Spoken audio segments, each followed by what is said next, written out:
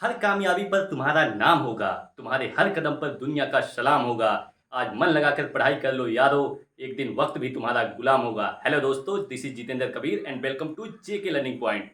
आपके अपने YouTube channel JK learning point पे बाल मनोविज्ञान एवं शिक्षण शास्त्र का स्पेशल बैच शुरू हो गया है। यह क्लासेस आपको डेली शाम के 4 बजे मिलती रहेंगी और यह मात्र एक डेमो वीडियो है। इसमें हम आज लेव वाइगोस्की के सामाजिक सांस्कृतिक सिद्धांत को पढ़ने वाले हैं। तो सबसे पहले हम थोड़ा सा लेव वाइगोस्की के बारे में जान लेते हैं। तो लेव वाइगोस्की रसिया के निवासी थे और इनका जन्म हुआ था 1896 में और इसके बाद इनकी मृत्यु मात्र 38 साल की उम्र में 1934 में हो गया था। मात्र 38 साल की उम्र में इन्होंने महान वैज्ञानिक जीन पियाजे को गलत ठहरा दिया था, क्योंकि जीन पियाजे ने कहा था कि हमारे विकास के लिए एज होना बहुत इंपॉर्टेंट है, लेकिन इन्होंने एज को कोई इंपॉर्टेंस नहीं दिया। इन्होंने कहा था कि अगर आपको भाषा और संस्कृति और सामाजिक अंतःक्रिया अगर अच्छे से मिले तो आप जो है उम्र के पहले भी किसी चीज को सीख सकते हैं। तो आइए इनके थ्योरी को शुरू करते हैं। तो सबसे पहले जान लेते हैं कि इन्होंने क्या दिया था। तो इन्होंने कहा था कि किसी भी व्यक्ति के विकास के लिए सबसे ज्यादा जरूरी है सामाजिक अंतःक्रिया, जिसे हम शॉर्ट में यस लिख सकते हैं, इसे सी लिख सकते हैं, इसे यल लिख सकते हैं। मतलब इसे याद करने के लिए यस सी यल, किसी व्यक्ति के विकास के लिए इन्होंने बताया था कि सोशल इंटरेक्शन, कल्चर और लैंग्वेज सबसे ज्यादा जरूरी होता है। सोशल इंटरेक्शन बोले तो सामाजिक अंतःक्रिया, संस्कृत और भाषा। मान लीजिए कोई व्यक्ति है, वो जहाँ पे जन्म लेगा वहाँ के लोगों से सामाजिक अंतःक्रिया करेगा और जैसी उसकी संस्कृति रहेगी वैसी ही अंतःक्रिया वो जो है करेगा। और इसमें जो है सबसे बड़ा टूल है क्या, लैंग्वेज। लैंग्वेज को इन्होंने एक टूल, एक यंत्र बताया है कि जो व्यक्ति के विकास के लिए जीवन भर इसका जो है भाषा के थ्रू विकास करता रहता है। मान लीजिए कोई बच्चा अपने इंडिया में पैदा होता है तो वहाँ पे उसके यहाँ अगर उसकी मातृभाषा हिंदी है तो हिंदी जो है वो सबसे पहले वो अपने से वयस्कों को देखेगा कि जो है वो हिंदी में सामाजिक अंतःक्रिया कर रहे हैं और अंतःक्रिया वो देखेगा। उसके बाद जो है धीरे धीरे धीरे धीरे वो भी जो है अंतःक्रिया के द्वारा वो भी अपना विकास कर लेगा। तो आते हैं जो है इनकी मेन थियरी पे। इनकी मेन थियरी पे आते हैं।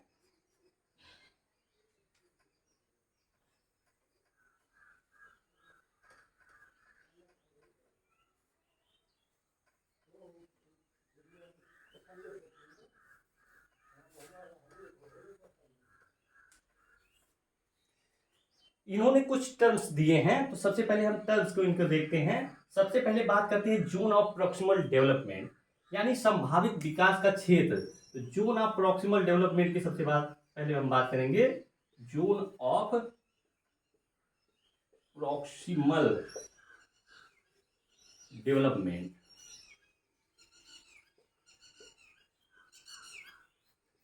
इसे शॉर्ट में हम ZPD के नाम से जानते हैं। ZPD का मतलब होता है संभावित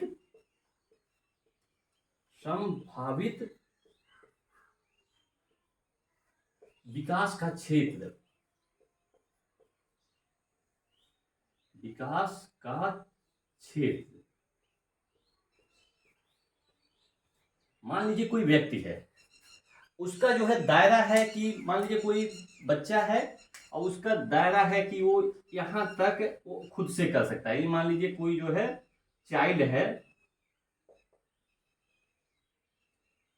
ये मान लीजिए कोई बच्चा है और उसका दायरा है कि यहाँ तक वो किसी काम को खुद कर सकता है।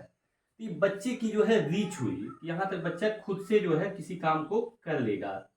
लेकिन कुछ ऐसी चीजें होंगी जो बच्चा नहीं कर पाएगा।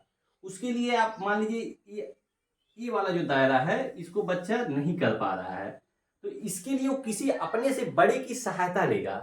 और अगर वो सहायता जो लेगा, जो काम वो कर पा रहा है और जितना काम नहीं कर पा रहा, वो जो बीच वाला जो एरिया बच रहा है इसी को हम ZPD कहते हैं, यानी जोन ऑफ प्रॉक्सिमल डेवलपमेंट, यानी संभावित विकास का क्षेत्र है। इसको एक बार फिर से आपको समझाते हैं।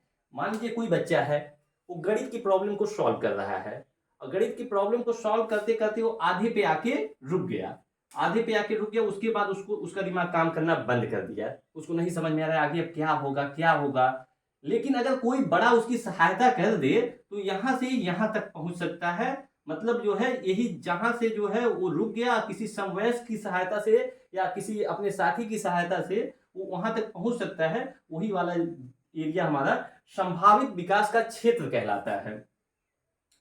और ये जो है जो सहायता देगा वो कोई ना कोई समझदार व्यक्ति होगा, हो सके जो है उसके माता पिता हो सके उसके गुरु जी हो, टीचर्स हो, या उसका कोई साथी भी सहायता कर सकता है।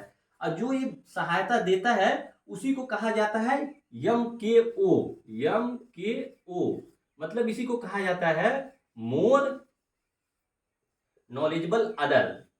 मोर नॉलेजेबल अदर, हिंदी में इसी को ज्यादा ज्ञानी दूसरा कहते हैं। ज्यादा ज्ञानी दूसरा, जो व्यक्ति जो इस बच्चे की सहायता कर रहा है, जहां पे वो प्रॉब्लम सॉल्व करते करते जो है रुक जा रहा है, जो भी व्यक्ति इसकी सहायता करेगा वही कहलाएगा ज्यादा ज्ञानी दूसरा। और जो ये सहायता की प्रक्रिया, जो यहां से जो है बच्चा यहां तक आया, फिर उसके बाद सहायता दी गई, इसी सहायता को कहा जाता है, इस सहायता को कहा जाता है जो यहाँ पे जो है हेल्प दिया गया है, ये जो है हेल्प वाली जो प्रोसेस है, इसी को कहा जाता है स्कैप फोल्डिंग। स्कैप फोल्डिंग, इसको हिंदी में ढांचा कहते हैं।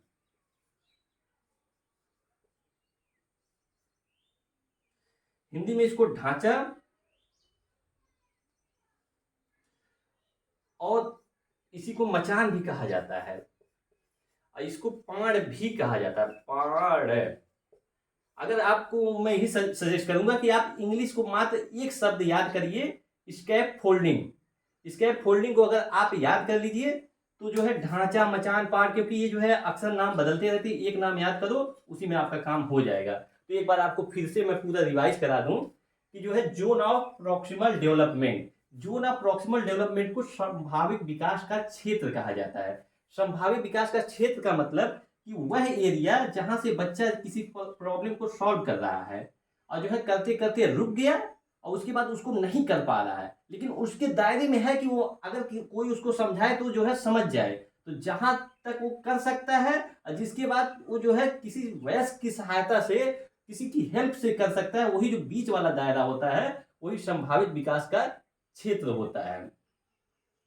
मान लीजिए जैसे कोई बच्ची है, ठीक है, बच्ची को जो है एक खिलौना दिया गया और जो है खिलौने में कहा गया कि जो है मान लीजिए ये कोई जानवर है, ठीक है, ये मान लीजिए एक हाथी दिया गया कि इसको आपको जोड़ के इसका जो है इसका पैर जो है जोड़ना है, तो जो है पैर इसका जोड़ना है। अब एक लड़की है वो क्या कि इसका पैर जो है पहले ऐसे जोड़ी, ठीक, दूसरा पैर भी जोड़ दी, ठीक है, तीसरा पैर भी जोड़ दी, लेकिन चौथा पैर को क्या कर रही थी, उल्टा जोड़ रही है, उल्टा बार बार उल्टा जोड़ रही है। उसको नहीं समझ में आ रहा है, नहीं समझ में आ रहा है कि आखिर जो है इसको कैसे जो है किया जाए।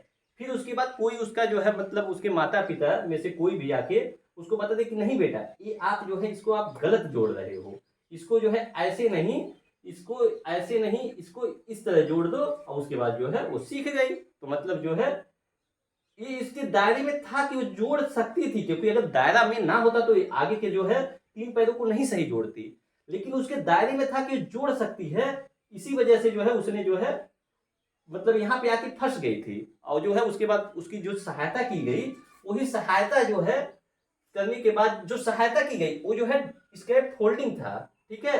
और जो सहायता करने के बाद जो जहां पे इसको पूरा जोड़ने की प्रक्रिया को संभावित विकास का क्षेत्र यानी जेडपीडी कहते हैं।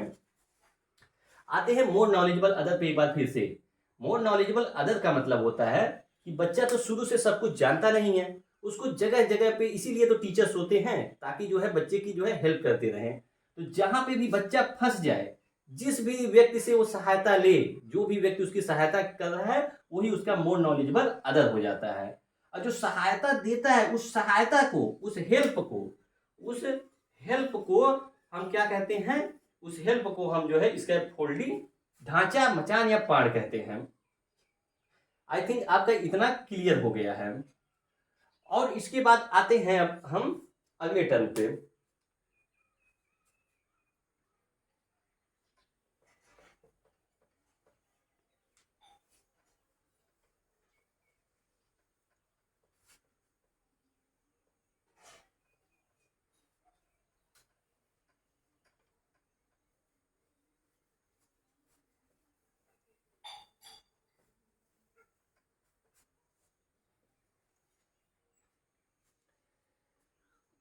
वाइगोस्की साहब ने भाषा के बारे में कई चीजें कही हैं। सबसे पहले इनकी हम प्राइवेट स्पीच के बारे में जान लेते हैं। प्राइवेट स्पीच, इसको हिंदी में व्यक्तिगत वाक कहते हैं। व्यक्तिगत वाक। कहीं कहीं पे आपको ये व्यक्तिगत के बजाय निजी वाक भी मिल जाता है।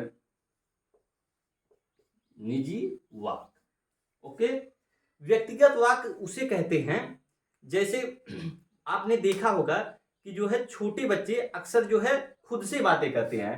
ये चीज आपको देखने को मिलेगा। तो ये जो है 3 साल से लेके 7 साल के बच्चों में अक्सर ये देखने को आपको मिल जाता है।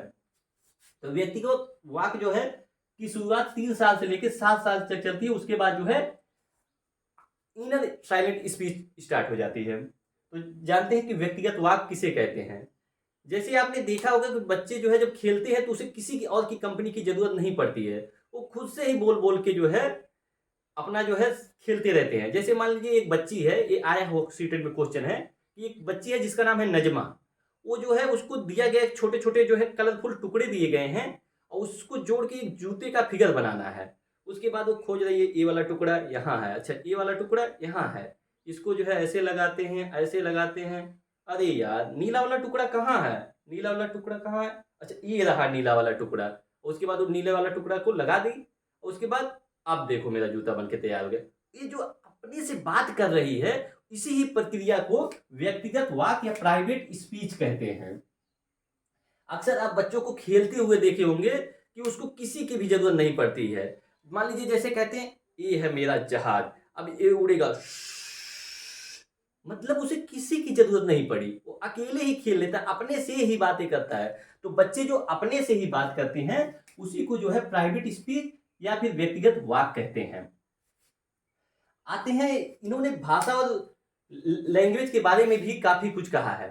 इन्होंने कहा है कि लैंग्वेज जो है, भाषा जो है किसी व्यक्ति के विकास के लिए सबसे महत्वपूर्ण कारक है। लैंग्वेज या फिर भाषा किसी व्यक्ति के विकास के लिए सबसे महत्वपूर्ण मानी जाती है। इन्होंने कहा है कि शुरुआती दिनों में लैंग्वेज और थॉट, भाषा और विचार अलग अलग रहते हैं, लेकिन एक दूसरे से जो है समांतर चलते हैं। जिसमें इन्होंने भाषा को ज्यादा इंपॉर्टेंस दी है। विचार जो है इसके बाद ये दोनों पहले रूप से जो है 2 साल तक चलते हैं और उसके बाद आपस में मर्ज हो जाते हैं, जुड़ जाते हैं।